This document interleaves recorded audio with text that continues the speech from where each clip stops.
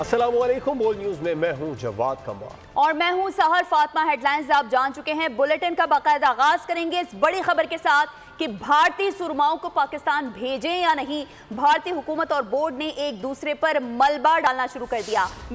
BCCI के मौक़िफ़ के बाद तर्जुमान भारतीय दफ्तर खारजा ने फैसले का इख्तियार भारतीय क्रिकेट बोर्ड को दे दिया। रवैये से पोजीशन पर कई सवाल भी खड़े हो गए। भारतीय सुरमाओं को पाकिस्तान भेजें या नहीं। भारतीय हुकूमत और बोर्ड ने एक दूसरे पर मलबा डालना शुरू कर दिया।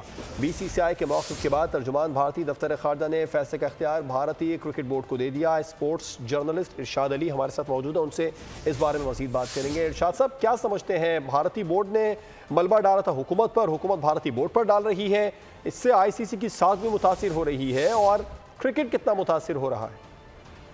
देखिए, क्रिकेट की टीम को तो वाकई जो है वो नुकसान पहुंच रहा है भारत की डरने की वजह से, क्योंकि ये जब चैंपियंस ट्रॉफी पे डेडलॉक जो इसी वजह से हुआ कि भारतीय क्रिकेट बोर्ड ने जो है वो अपनी टीम को ये कहकर पाकिस्तान भेजने से इनकार किया कि उनकी हुकूमत जो है वो इजाजत नहीं दे रही और वो अपने इसी मौके पर जो है वो डटे हैं, क्योंकि उन्होंने सिक्योरिटी खदशात का बहाना बनाकर अपनी टीम को पाकिस्तान भेजने से जो है इनकार किया और उनका यही कहना है कि भारतीय हुकूमत जो है वो हमें इजाजत नहीं दे रही। लेकिन आज जो उनका जो बयान आया भारतीय हुकूमत की जानिब से, उन्होंने जो है वो ये कहा है कि भारतीय BCCI जो है वो खुद फैसला करे खिलाड़ियों को भेजने का।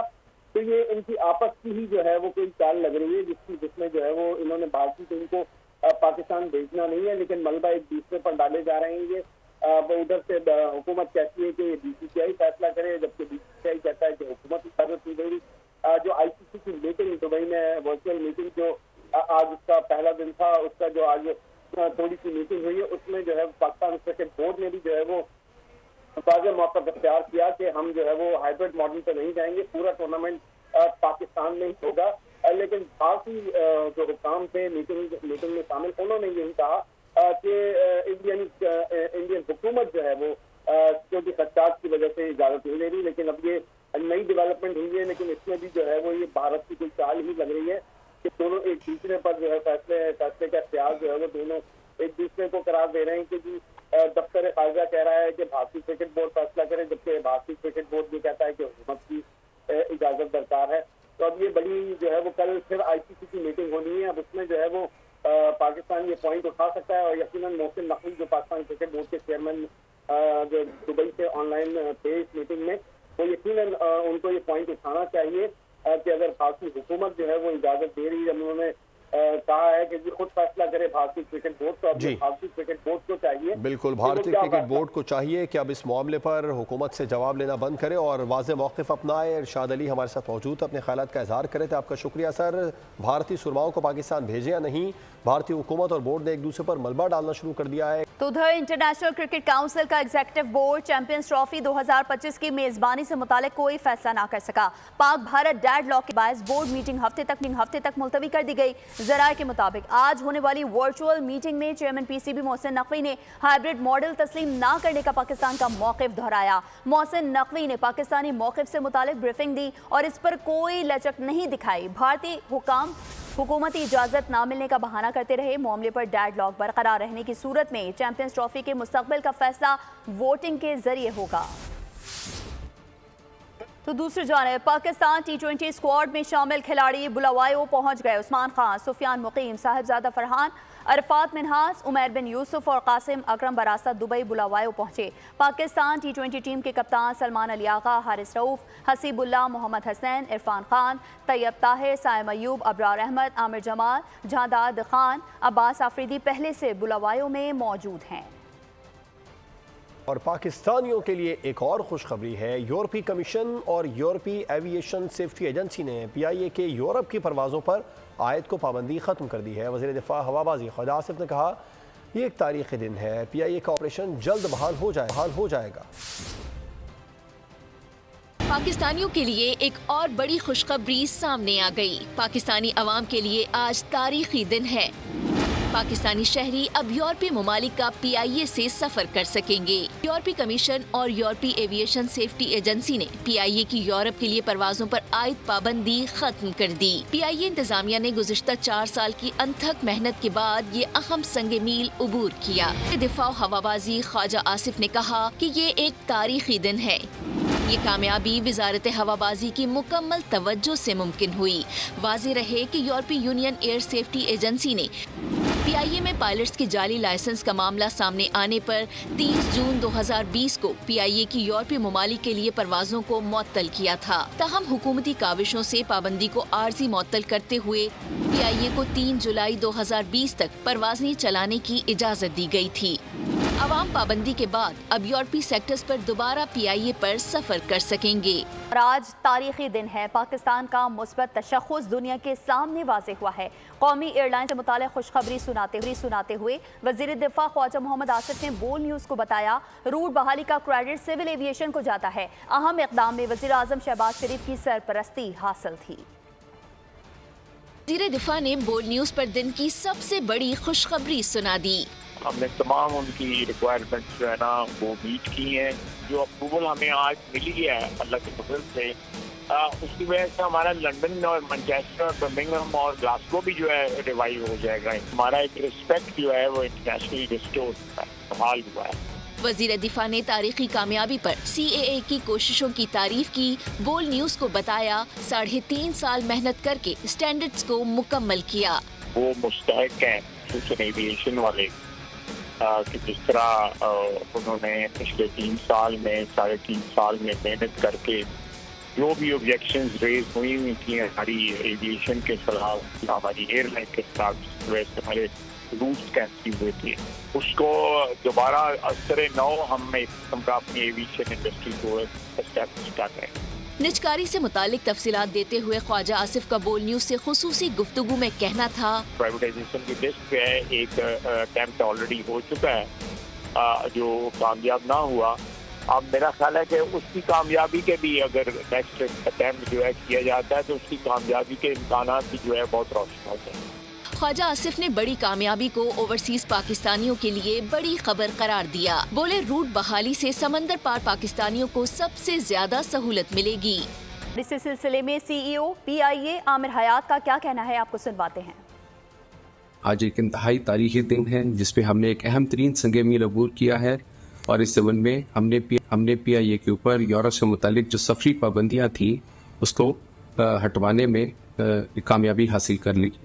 इस ज़मन में मैं वजारत हवाबाजी और उन तमाम वजारतों और इदारों का जिन्होंने इस कटन मरले में हमारा भरपूर ताउन किया का तहे दिल से मशकूर हूँ, और ख़ुसूसन PIA की टीम का जिनकी अनथक मेहनत और काबिश से ये मराहिल तय हुए। ये पाबंदी तकरीबन 4.5 साल हमारे ऊपर रही और इस पाबंदी के दौरान हमारे मल्टीपल ऑडिट्स हुए, जिन ऑडिट्स के दौरान हमें सेफ्टी, एयर वर्दीनेस, क्वालिटी से रिलेटेड अहदाफ किए गए। उन अहदाफ को हमने बहुत एहसन तरीके से उनका मुख्तलिफ ऑडिट्स में हमने प्रूफ्स दिए उन्हें, जिसकी बदौलत हम इस तारीखी मरले पे आज पहुँच सके, कामयाब हो सके। आज़म शहबाज शरीफ ने दारुल हुकूमत इस्लामाबाद में इंतशार और फसाद फैलाने वालों के हवाले से टास्क फोर्स बना दी है। इस्लामाबाद में वज़ीर आज़म की ज़ेर सदारत अमन व अमान की सूरत हाल पर आला सतह का इजलास हुआ। दौरान इजलास वज़ीर आज़म ने वज़ीर दाखिला सेनेटर मोहसिन नकवी की सरबराही में टास्क फोर्स कायम की, जो गुज़िश्ता दिनों इस्लामाबाद में इंतशार और फसाद फैलाने वालों की निशानदही और मौसर कार्रवाई करेगी। इजलास में फसाद रोकने के लिए विफाक़ी इंसदाद फसादात फोर्स बनाने का भी फैसला कर लिया गया। बातें नहीं, अब एक्शन होगा। इंतशारी टोला नहीं। वज़ीर आज़म की ज़ेर सदारत अमन व अमान की सूरत हाल पर इजलास हुआ, जिसमें इंतशार और फसाद फैलाने वालों के खिलाफ भरपूर एक्शन की तैयारी कर ली गई। कार्रवाई के लिए वज़ीर दाखिला मोहसिन नकवी की सरबराही में टास्क फोर्स तश्कील दे दी गई। टास्क फोर्स में वज़ीर कानून आज़म नज़ीर तारड़, वज़ीर इक्तिसादी उमूर अहद चीमा, वज़ीर इत्तलात अता तारड़ और सिक्योरिटी फोर्सेस के नुमाइंदे शामिल होंगे। टास्क फोर्स 24 नवंबर को इंतशार फैलाने में मुलव्विस अफराद की निशानदही करेगी। इजलास में आर्मी चीफ और नायब वज़ीर आज़म इसहाक डार ने भी शिरकत की। इजलास में फसाद रोकने के लिए वफाकी इंसदादी फसादात फोर्स बनाने का भी फैसला कर लिया गया। इंसदाद फसादात फोर्स को बैनुल अक़वामी मयार की पेशा वराना सलाहियतों और साजो सामान से लैस किया जाएगा। इजलास में वफाकी फॉरेंसिक लैब के क़याम की मंजूरी दी गई, जिसमें ऐसे वाक़यात की तहकीकात और शवाहिद इकट्ठा करने के लिए जदीद टेक्नोलॉजी का इस्तेमाल यकीनी बनाया जाएगा। लाहौर सफारी जू में 7 नन्हे शेरों की आमद हुई। लाहौर के चिड़ियाघर में 3 शेरनियों ने 7 बच्चों को जन्म दे दिया। 7 नन्हे शेरों की पैदाइश के बाद सफारी जू में शेरों की मजमूई तादाद 22 से बढ़कर 29 हुई।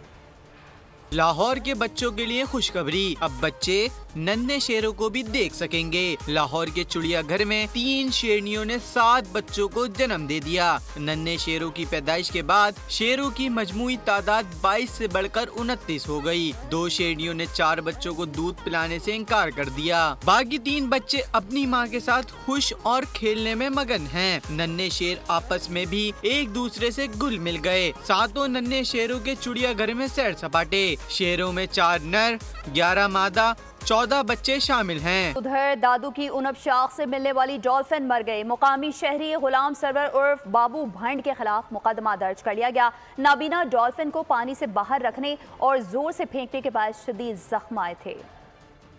मादूमियत के खतरे से 2-4 ब्लाइंड इंडस डॉल्फिन शहरी के जुल्म का शिकार। दादू की अनबे शाख से मिलने वाली डॉल्फिन जख्मों से चूर होकर मर गई। नाबीना डॉल्फिन 22 नवंबर को अनबे शाख से पकड़ी गई थी। गुलाम सरवर नामी मकामी शहरी ने मछली को महकमा जंगली हयात के हवाले करने के बजाय घर में रखा। डॉल्फिन को पानी से बाहर रखने और जोर से फेंकने के बाइस शदीद जख्म आए थे। वाइल्ड लाइफ ऑफिसर का कहना है कि महकमा अनहार के साथ 22 से 23 नवंबर तक डॉल्फिन को अनबे शाख के मुख्तलिफ मकामात पर तलाश किया। 24 नवंबर को डॉल्फिन गाँव गुलन पहनूर के मकाम से मुर्दा हालत में बरामद हुई। गुलाम सरवर उर्फ बाबू भुंड के खिलाफ मुकदमा दर्ज कर लिया गया। मुलजिम की गिरफ्तारी के लिए तलाश जारी है।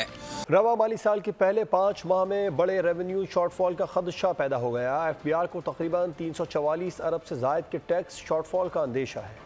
छूट का खात्मा, कड़ी पाबंदियां, भारी जुर्माने, महसूलात में इजाफे के लिए 100 जतन, फिर भी पूरा न हो सका टैक्स हदफ के हुसूल का मिशन। रवा माली साल के पहले 5 माह में FBR को बड़े रेवेन्यू शॉर्टफॉल का खदशा, तकरीबन 344 अरब से जायद के टैक्स शॉर्टफॉल का अंदेशा। जराये के मुताबिक नवंबर में 1003 अरब के टैक्स हदफ का हुसूल मुमकिन नहीं हो सकेगा। 150 अरब रुपए से जायद की कमी हो सकती है। फेडरल बोर्ड ऑफ रेवेन्यू को गुज़िश्ता 4 माह में 192 अरब रुपए के शॉर्टफॉल का सामना रहा।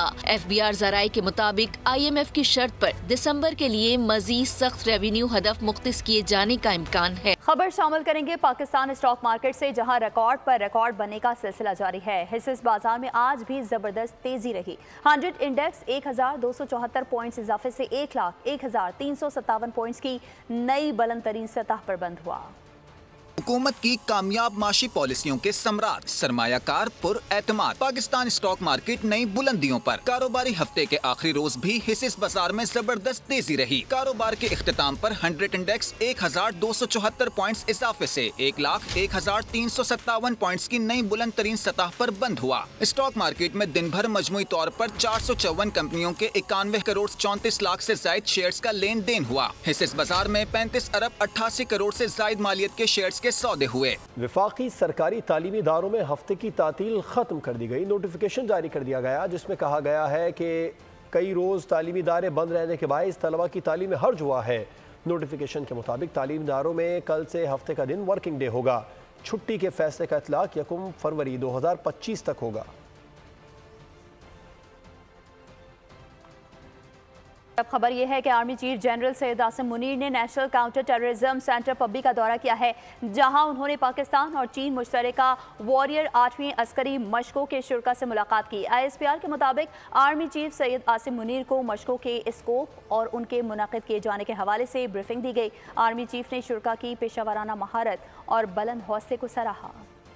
Army chief general Syed Asim Munir का नेशनल काउंटर टेररिज्म सेंटर पब्बी का दौरा। कमांडर रावलपिंडी कोर ने आर्मी चीफ का इस्तकबाल किया। चीफ ने पाक चीन मुश्तरका मशकों वॉरियर 8 का मुशाहिदा किया। ISPR के मुताबिक आर्मी चीफ को पाक चीन मुश्तरका मशक वॉरियर 8 से मुतालिक ब्रीफिंग दी गई। आर्मी चीफ ने मशक के शुरा से बातचीत भी की। आर्मी चीफ ने शुरा की पेशावराना महारत और बुलंद हौसले को सराहा। पाक चीन मुश्तरका मशक वॉरियर 8 का आगाज 19 नवम्बर को हुआ था। 3 हफ्तों तक जारी रहने वाली ये 8वीं ज्वाइंट मशकें 2 तरफा बुनियादों पर सालाना मुनक्किद की जाती हैं।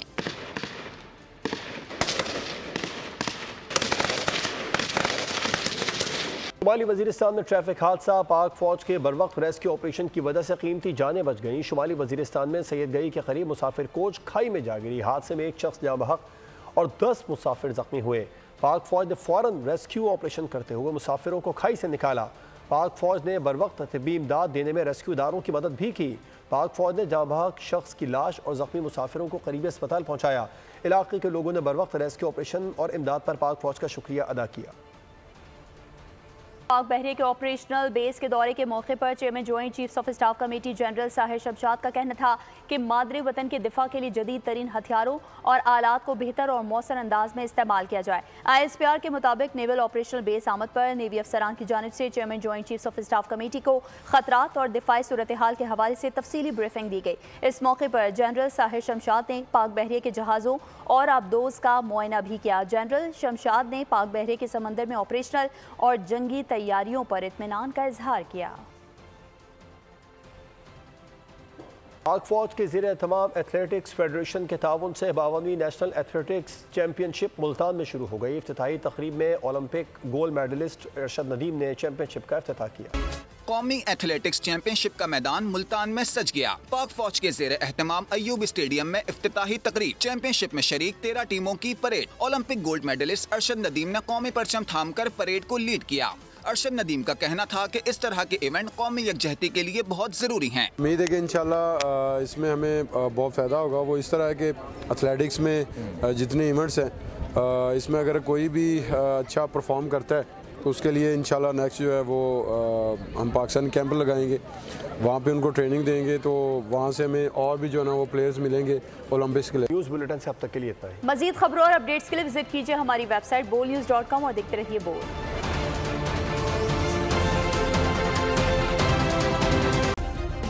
सब्सक्राइब करें और बेल दबाएं ताकि कोई खबर रह न जाए।